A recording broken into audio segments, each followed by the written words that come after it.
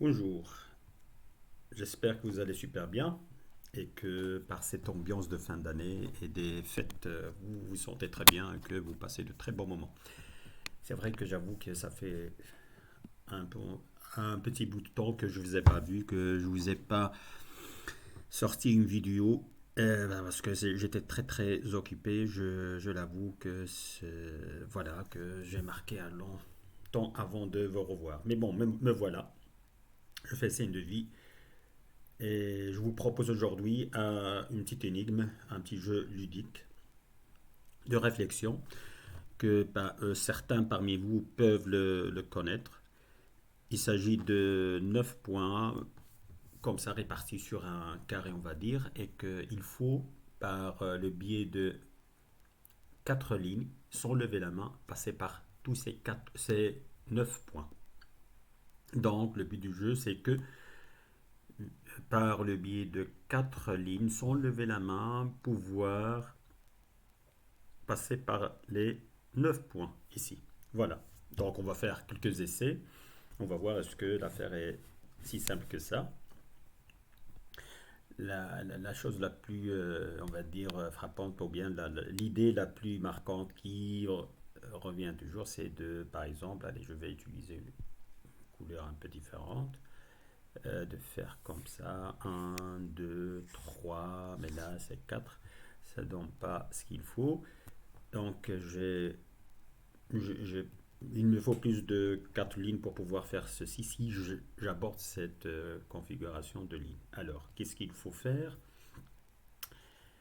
Donc, bien sûr, ceux qui veulent travailler l'énigme tout seul, ils ont le droit. Ils mettent la vidéo ici en pause et puis après, ils essayent par eux-mêmes et ils reviendront après pour voir la solution.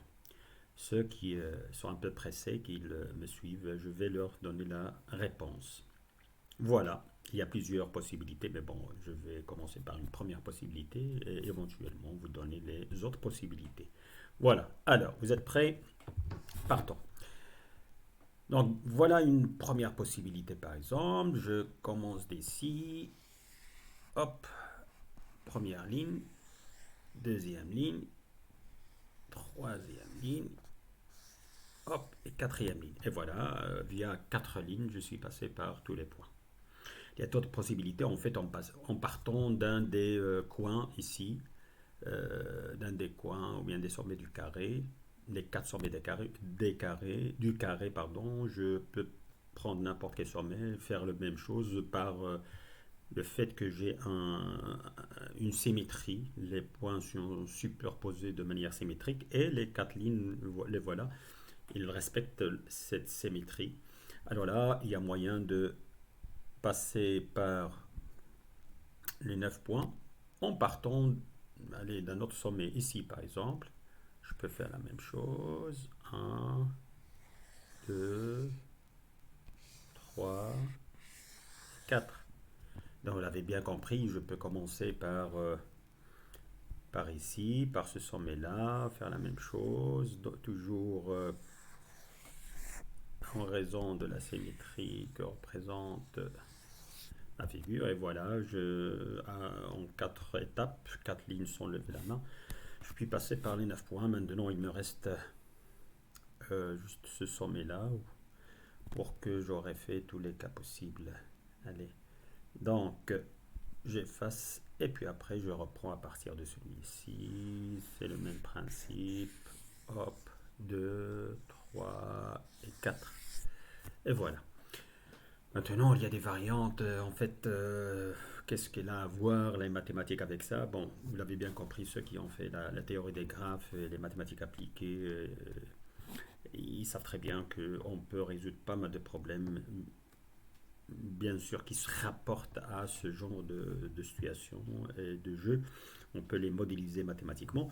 En fait, si je parle un peu de manière plus rigoureuse, je peux par exemple, si j'ai, allez, on va dire des sommets comme ça, sont liés par des traits par exemple, et lancer le challenge suivant, c'est le fait de, par exemple, de passer partout les points, les sommets, par tous les sommets, mais il faut passer une et une seule fois par chaque arête. Donc je ne peux passer, donc il y a des arêtes ici, il y a des sommets, donc c'est un graphe.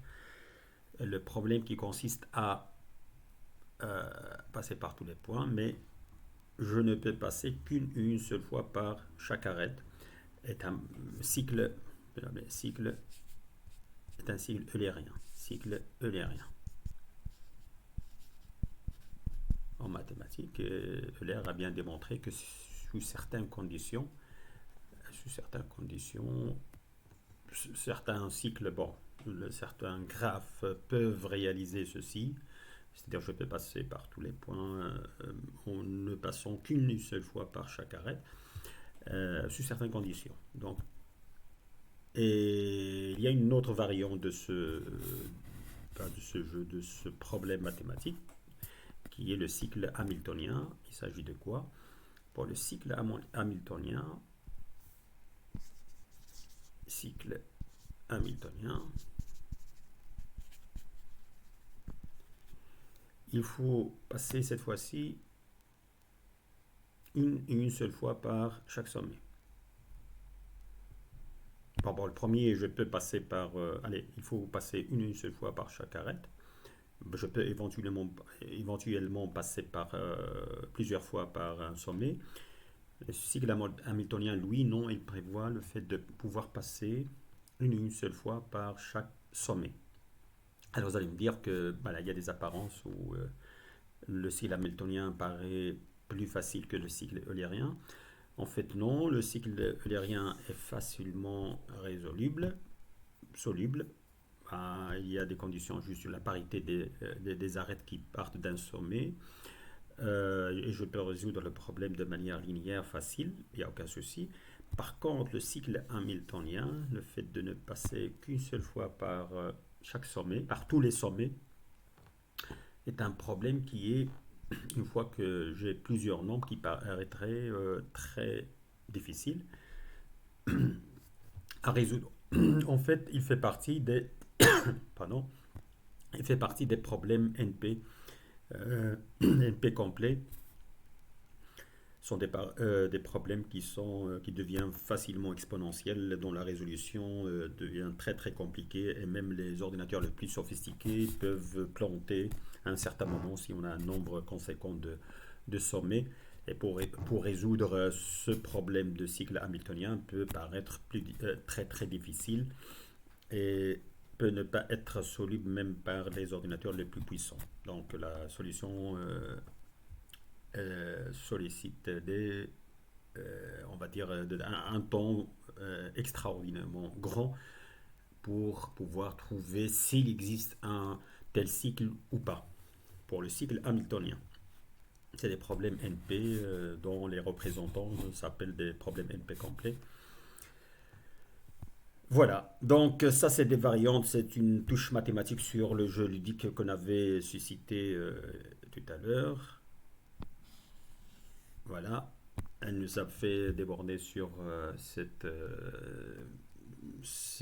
conjecture jusque-là mathématique qui prévoit que NP, les classes des problèmes NP, est différent de la classe P. Problème polynomiaux, résolution polynomiale et le problème dans la vérification est facile et la solution est difficile. Donc, il y a un problème qui est sous un prix de 1 million de dollars qui est toujours parmi les problèmes du millénaire qui n'est pas résolu jusqu'à maintenant et qui attend quelqu'un pour les résoudre et qui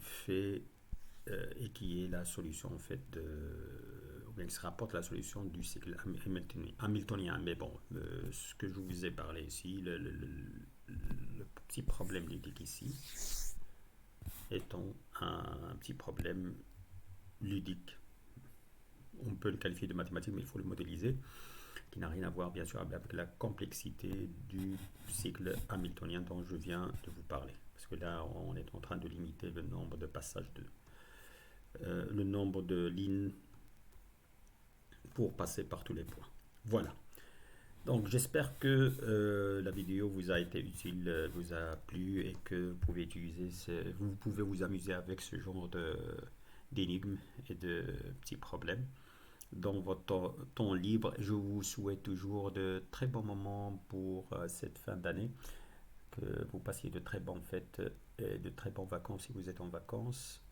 Et je vous dis à très bientôt. Mais avant ça, je réitère ma demande qui consiste à regarder mes vidéos, à liker, les aimer. Et bien sûr, si vous n'êtes pas encore abonné à cette chaîne, vous pouvez toujours regarder les autres vidéos si vous trouvez qu'elle est intéressante. Et n'hésitez pas à s'y abonner et de cliquer sur la cloche pour que je vous fasse parvenir par tout le contenu que je fais au frais. Donc, je vous souhaite de très bons moments et je vous dis à très bientôt. Au revoir. Merci.